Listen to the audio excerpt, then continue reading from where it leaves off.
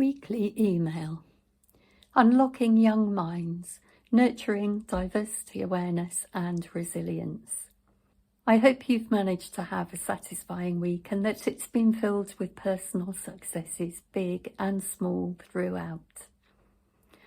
I was swapping stories with an ex-colleague recently. Many years back, we worked together in an international school where many of our pupils lived quite a transient lifestyle due to their parents' professions.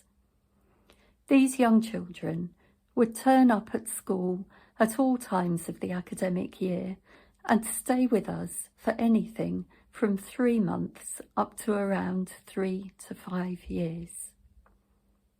We were remembering the children fondly, all their different personalities and the complexities of behaviour that came from the young children's lived experiences. We both remembered one particular child who initially possessed a challenging set of behaviours. I'll call him Fred. He had arrived at our school midway through a term and must have been about 4 years old. It was his parents' first posting abroad, and he came from a culture where the different family generations lived in a tight-knit family group. Therefore, this child had grown up being cared for and nurtured by his grandparents, parents, aunts and uncles, and through playing with his large group of cousins. For the first week of his attendance at our school, he would do nothing but crawl under the furthest table in his classroom and stay there curled up like a wounded animal. He appeared to be absolutely terrified of everyone and everything around him. I have to assure you at this point that it all turned out all right in the end, in that our school had specialised, experienced staff able to support this very young child through such a major life transition, and he eventually became one of the most settled and happiest of all our pupils. However, when I think of him during the early days at our school, I can't help but think about the psychological trauma he must have been feeling and experiencing at the time. I think it's examples such as this one that have made me so interested in the theory of the mind. I find it such a fascinating subject, especially now that neuroscience is so advanced that we have visual representations to hand of what's going on in the brain at different times throughout our lives, and why the option of learning so much more at such a deeper level about the developing minds of our very young children. For example, did you know that it takes up until the age of 30 for our brains to fully mature?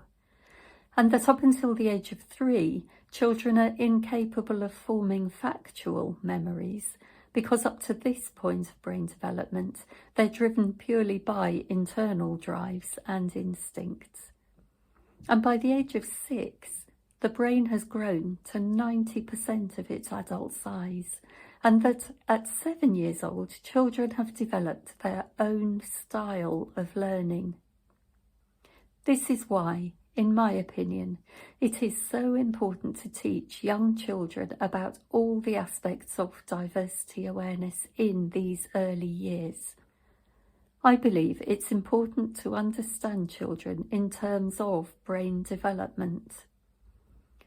All our Music Buds resources pay close attention to the ways in which a child's brain grows and develops, and how it becomes receptive to learning about both music and diversity awareness. The only way that we can ensure that we are interacting with and teaching our children efficiently and effectively is by taking into account the unique ways in which each and every child develops. That's why we take great care with our resources to demonstrate the ways in which our information is presented and ensures it maps directly onto the stages of brain development in young children. It's worth bearing in mind, taking the above memory as an example, that in the early stages of life, children react to the world through an emotional response rather than a cognitive and intellectual one. This is why their behaviour can sometimes appear as extreme, but it's actually due to the fact that they're often not in control of their own behaviours and emotional responses. It's up to us, as adults, to appreciate this aspect of their development and behave accordingly. We can then offer the support, encouragement, guidance and understanding they need in order for them to learn to regulate their own emotions and ways of coping with their fears and anxieties when they experience new and novel situations. Relating all this back to diversity awareness and child development, I believe it's all about role modelling. It would have been so easy for any of the staff dealing with this child's difficult behaviour to meet his emotion with their own emotional and impatient response by saying something along the lines of, "Oh, Fred, for goodness sake, come out from under the table and stop behaving in this way." When actually, what the child needed, and all the children around him needed too, was an exceptional level of adult role modelling, where patience, rationality and gentle understanding became the prime ways in which to react to this difficult situation. Children learn a lot from watching and copying, and they particularly use role models for learning. This covers not just patterns of behaviour, but also the values demonstrated by such behaviours. Research evidence shows that such role modelling helps children to become more resilient. It's so important for us to always remember to meet each child at where they're at, rather than where we think they should be. Wishing you an excellent week of role modelling ahead, and thank you for watching.